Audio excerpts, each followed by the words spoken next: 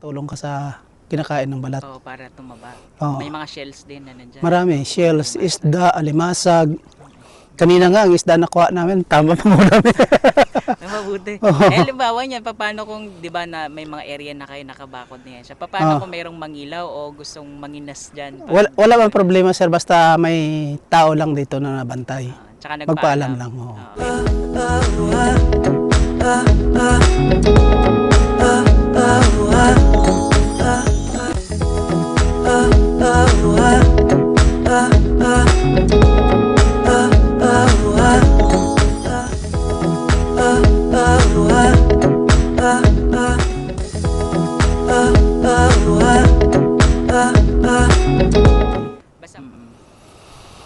Kaya ang ginagawa namin, payag kami na mangilaw, andyan kami. Pagkatapos, pag akyat nila, pakita nila yung kinuha nila.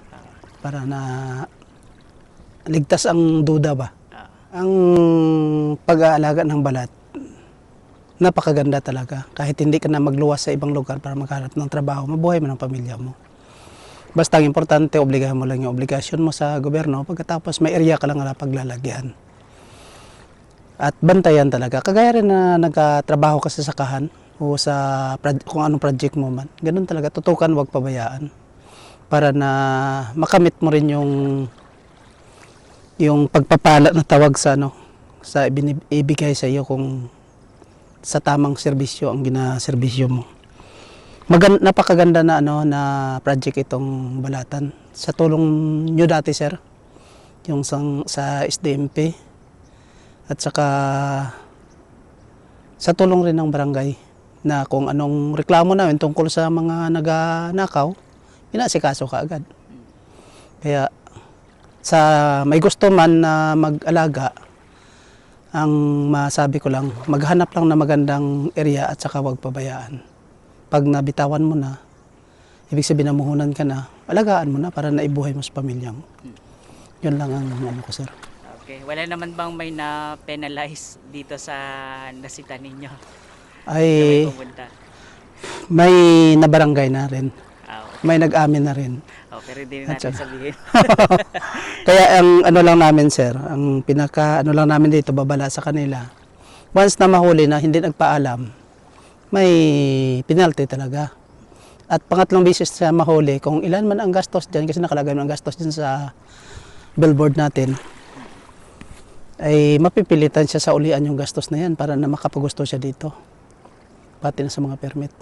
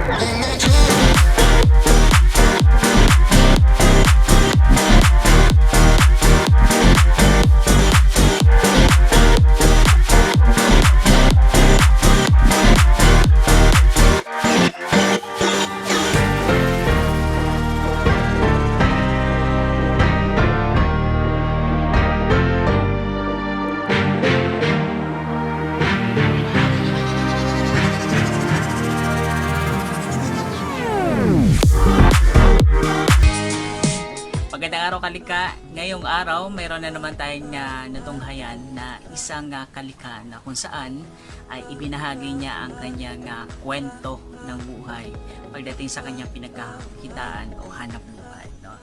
Ito ay ang pag-aalaga ng balatan o tinatawag natin na sea cucumber. Na ang scientific name nito ay tinatawag siya na Holothoroideae. No? At ang kanyang phylum naman ay Echinodermata. Ang hirap, Echinodermata. Tapos ito ay belong siya sa Kingdom of Animalia, no? Siya ay isang hayop. Hindi siya gulay, no? Isa siyang hayop. At ang kanyang classifications naman ay tinatawag na Echinozoa. So, Echino sa kanya na. No? So, yan yung balatan sa local name na tawag sa amin dito, but in English ay tinatawag siyang sea cucumber. At ayun nga sa nagkwento sa atin kanina Sana na itong sea cucumber ay nabubuhay siya sa 12 to 21 degrees Celsius. Kapag lumagpas na daw ito sa 24 degrees Celsius, maaring maantala yung paglaki nitong balatan o sea cucumber, kasi siguro dahil hindi akma yung temperatura na yung kanyang kumbaga na dapat doon siya nabubuhay. So nakaka-affected din daw yun sa paglaki ng sea cucumber, kaya dapat sakto lang. At sabi pa ni Tia Fermaran aking na project. siya daw ay nagsimula noong 2014. So, sa kanyang pagsisimula ay meron lang siyang nasa 1,200 peraso na semilya. So, siguro ang size nito ay kasing laki nung battery na malaki na size. So, yun na rin yung pwede pang semilya. Pero sabi niya, nangingitlog na rin to yun. So, kaya medyo mabilis yung pagdami nitong sea cucumber. So sa kanyang pagsisimula ay marami siyang na-encounter na mga problema along the way. Kaya dapat ay magpatuloy lang, magporsigido lang na dapat ay magpatuloy sa kanyang ginagawa, kasi alam niya naman na meron kahantungan itong kanyang pagsisikap. So yun, tuloy-tuloy na ginawa niya at from 2014 to 2021, alam niyo ba kung magkano na kanyang kinita? Nako, higit kumulan sa 1 billion, no, for 7 years. So, grabe, sa ganun lang, kumbaga hindi siya ganun kalaki yung gastos kasi napaka-less ng maintenance nito.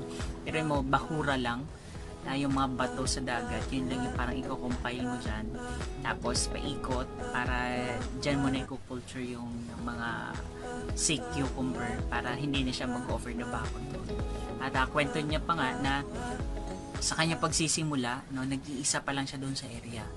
Pero after a year na makita ng mga siguro ng mga kabaryo, no, na mga kalugar na talagang ang ganda ng production, kasi sabi nga tinatanong niya may buyer ba, no? Tinatanong nila may buyer ba? Tinatanong nila kung meron bang buyer, meron bang bibili nitong produkto na to. Kasi ang pinaka problema namin dito ay kapag meron ka isang produkto, walang buyer. So, kaya nasasayang yung proyekto. So, sabi niya ay marami daw, no? Talagang in demand siya, lalo na pagdating sa mga Chino.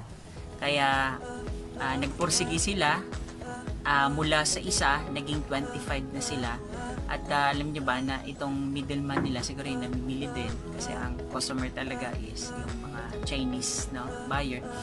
So, dati nag-jeep pa lang para kunin yung produkto dito.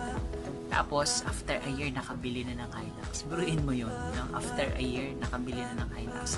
At yun na yung kumukuha dito.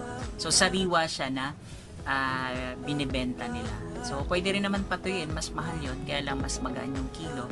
So, sa kanila, para hindi na masyadong hassle, ay sariwa na yung kanila pinapabenta nila sa bayan. Kagandahan kasi pumupunta na mismo dun sa area nila.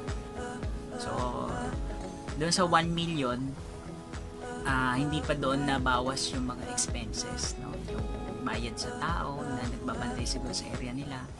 Tapos yung mga, alam ba, bibili ka ulit na bagong similya, no? Kasi syempre kailangan mo mas marami.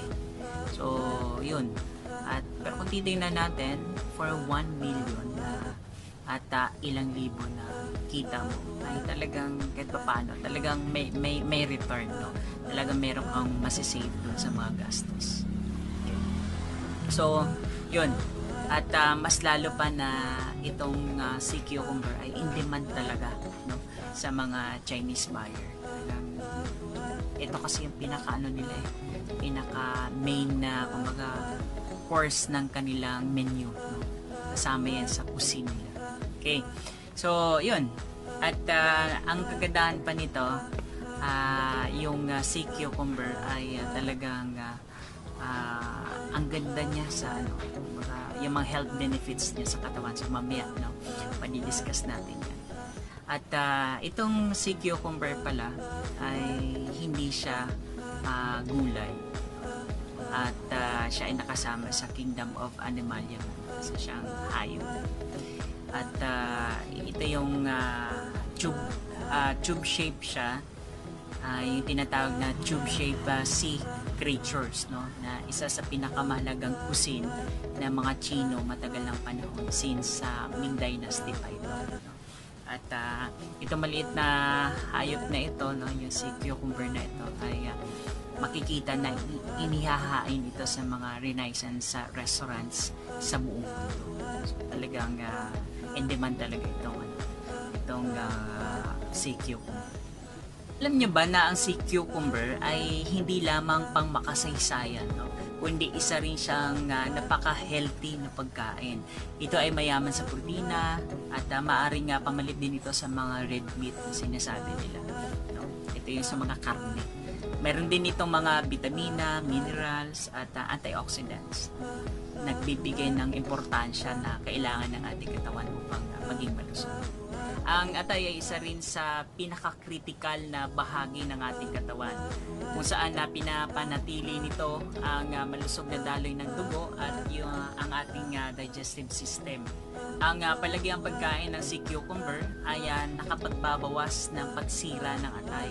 Ayon na rin sa pag-aaral na ang sea cucumber ay nakakapag-reduce ng oxidative stress sa mga daga. At sa tao naman, napapababa nito ang oxidative stress upang mapigilan ang pagkakaroon ng problema sa kalusugan tulad ng diabetes, cancer, at heart disease. Ito ang likhang Jayco ng Daily Life.